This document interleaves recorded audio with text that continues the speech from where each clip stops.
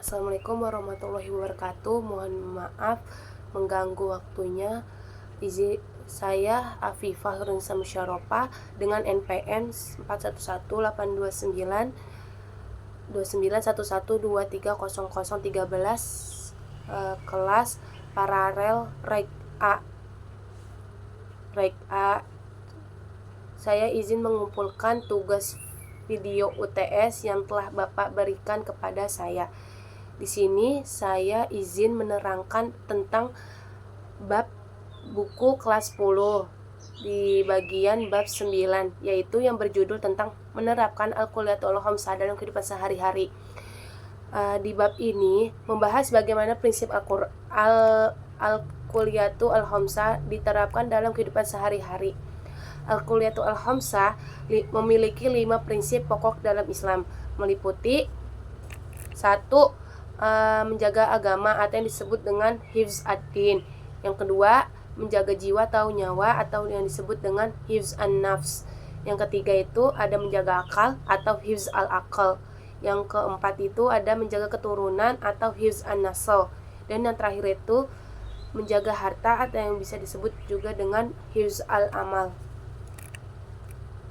Di sini saya izin menerangkan isi buku bab 9 ini yang berjudul tentang menerapkan Al-Kuliyatul Khamsah dalam kehidupan sehari-hari. Di sini itu saya ada tujuan pembelajaran dan yang lain-lainnya. Di sini saya sebutkan satu persatu dulu dari tujuan pembelajaran. Yang pertama itu ada berani menghadapi musuh di medan pertempuran atau jihad fisabilillah.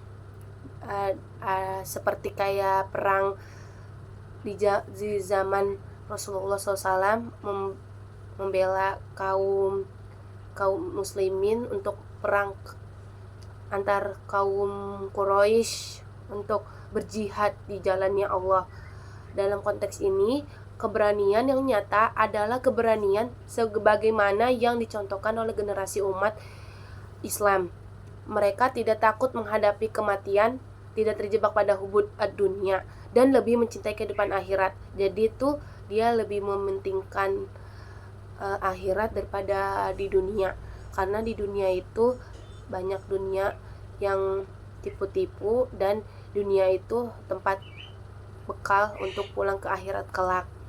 Namun dalam konteks kehidupan abad 21 ini, tentu saja jihad fisabilillah tidaklah harus terjun langsung ke medan perang, namun jihad dalam membentuk amar ma'ruf nahi mungkar. Maksudnya tuh jihad di atas Allah, perang di jalan Allah dan istiqomah di jalan Allah, dan menjauhi perbuatan nahi mungkar dengan cara menggelarakan semangat Islam yang ramah dalam Islam yang mudah marah, menanamkan nilai-nilai nasionalisme dan membela negara sesuai dengan konsep Islam rahmatan lil alamin. Rahmatan lil alamin itu sebagai bentuk rasa syukur kita kepada Allah yang telah memberikan kita nikmat sehat, nikmat akal, nikmat jiwa, pikiran, dan nikmat yang lainnya yang tak bisa kita diperhitungkan.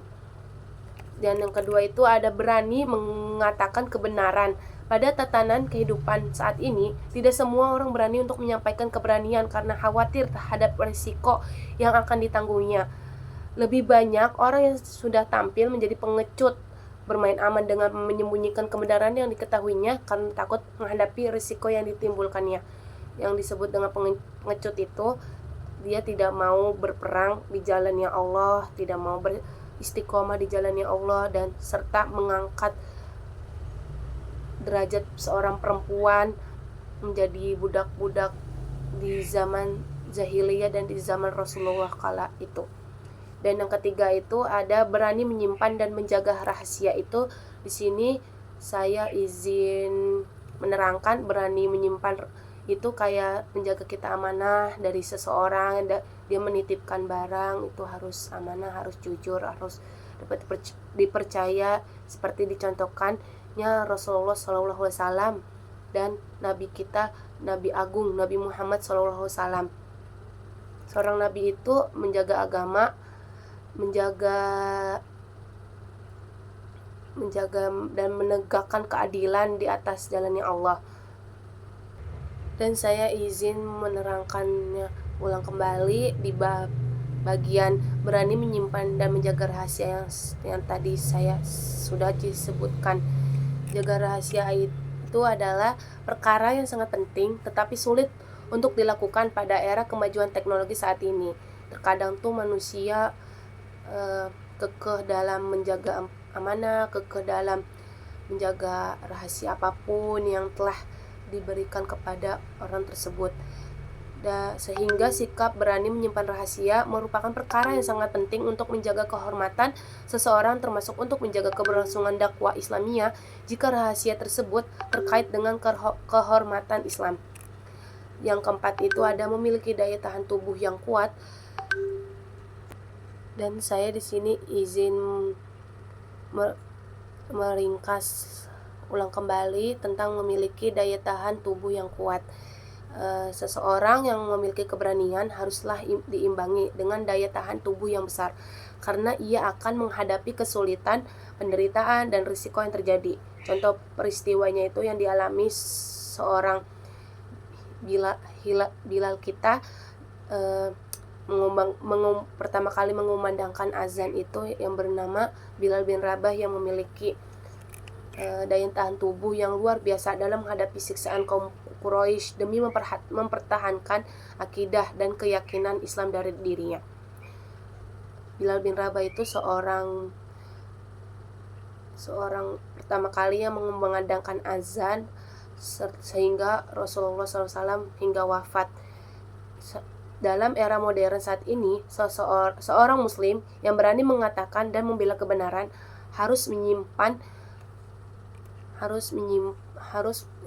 mengatakan dan membela kebenaran yang harus menyiapkan energi ekstra, karena bisa jadi ia akan mendapat tekanan, ancaman, dan juga serangan baik fisik maupun psikis, sehingga diperlukan energi ekstra untuk menghadapi orang-orang yang tidak senang terhadap keberaniannya.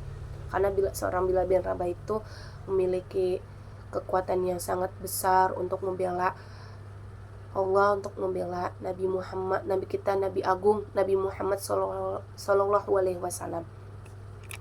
Sini tuh ada mampu mengendalikan hawa nafsu kita.